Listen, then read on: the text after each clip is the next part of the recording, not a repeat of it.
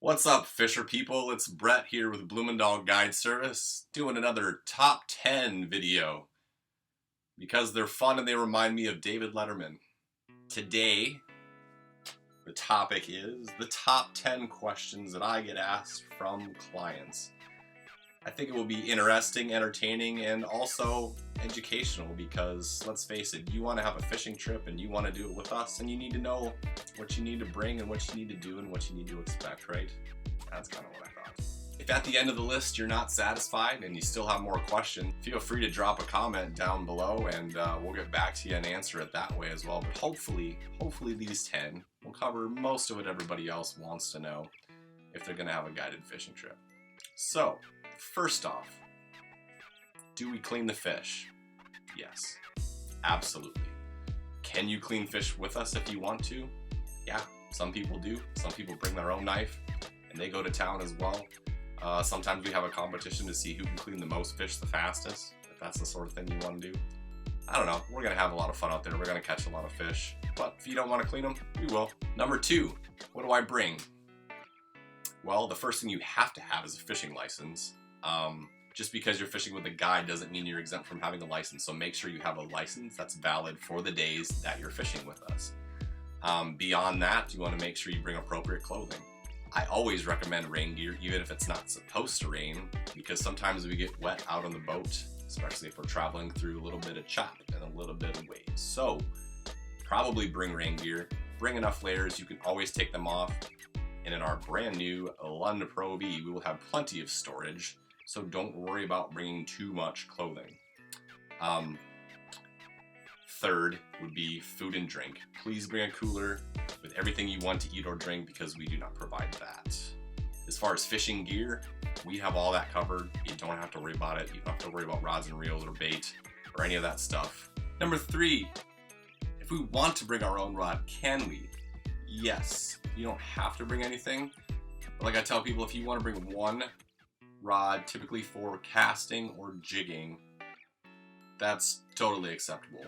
Please don't bring any trolling rods, bottom bouncer rods, lead core rods, any of that stuff, but one rod per person for casting, jigging, no problem. If you want to bring it, great. If you don't, we got you covered. Number 4, if we limit out, are we done? No, of course not. First of all, I don't want to quit yet. I love fishing. I'm going to be out there all day.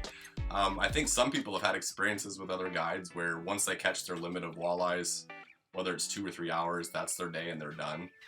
That's fine. That's not how we operate. You paid for a 7 or 8 hour day and by God, you're going to get it. Unless you don't want it and you want to quit and you want to go in early. That is your prerogative. But no, if we limit out in 2 hours, which happens on occasion, we'll go fish for something else, whatever you want to fish for. Number 5, speaking of which, nice segue, what species do we fish for? Well, on Lake Sakakawea, it's going to be the walleye, unless you specifically want to go for something else. That said, they do have plenty of large northern pike, plenty of smallmouth bass, plenty of white bass, and we will catch other things along the way.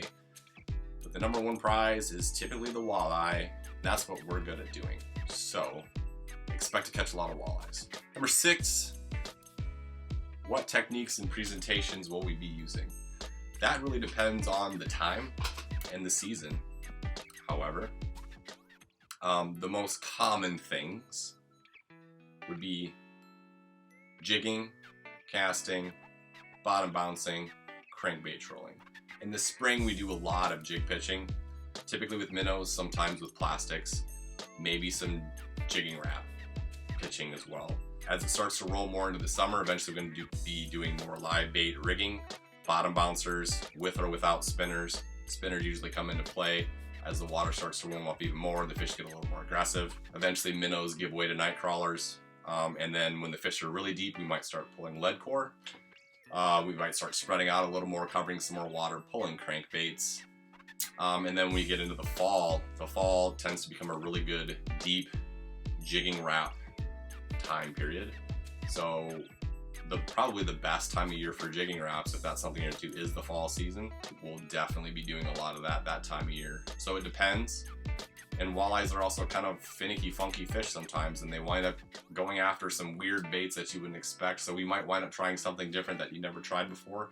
That's probably a good idea of what you can expect that we will be using. 7, where do we fish? Well, we're based in Garrison, North Dakota, and we specialize in Lake Sakakawea, but that doesn't say a lot considering from dam to dam following the channel, it's about 180 miles long. So if the bite is good around Garrison, we're probably going to launch there because why go anywhere else if the fishing is really good there, right? The fishing tends to get a little better there later in the year because the water's a little bit deeper and a little bit cooler and takes a little longer to warm up. So oftentimes earlier season, we're going further north. We're going up to Newtown, we're going up to the Van Hook Arm, maybe Deepwater Bay, and kind of working our way down. As we get into July, that's typically a much better time to be fishing around the Garrison area specifically, but either way, there are places around Garrison that can be better earlier, and we always have the ability to trailer, but our central location, our home base is Garrison. We start there and we figure it out where we want to go each day depending on what the bite's doing. There are times where we'll fish below the dam on the river as well, especially early spring, pre-spawn kind of stuff. We're probably going to do a little more of that this year. I had a late start last year because of COVID. Hoping to get up there more around April 15 this year. If that's the case, we'll probably be doing more river fishing earlier in the season, but we'll see how it shakes out and see how it goes. We could also be doing some pre-spawn fishing in the bays up on the lake too. So number 8, my favorite number. That's irrelevant. Where should we stay? Garrison, obviously, but there are 2 places that I think are really great in Garrison. One goes by 2 names. It's called the Garrison Motel as well as North Shore Inn and Suites. It's owned by the same management. On the north side of the highway as you come into town, Garrison Motel is the older rooms, but then they also have some cabins right by that area. So if you want a cabin feel with a kitchen and a picnic table and outdoor cooking, that's a great spot. If you go south of the road, they have some newer motel, hotel style rooms, but I don't believe that they have cooking facilities. So if that's something that you want, make sure you pick the cabins across the street if you can. Also, there's Bayside Rentals, which is just a little bit south of town on your way to Fort Stevenson State Park. And they are motel style rooms, but they're more of a suite and they have more of a living room and some cooking facilities, and I think they have some outdoor cooking abilities as well. Both places have a place to park a boat if that's something you want to do. If you're coming with us, then you don't really care. Number 9, what is the cancellation policy? We do require a $100 deposit to book a trip and to reserve your dates.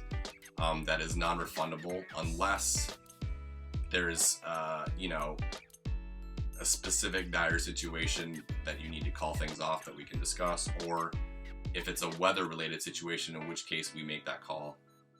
If it's unsafe or just too difficult to fish. Outside of that, the $100 deposit is non-refundable within 3 days of your fishing trip. And number 10, lunch / do you do shore lunch? Going back up to, what number was it? Number 2? Yeah, number 2, you should bring your own lunch.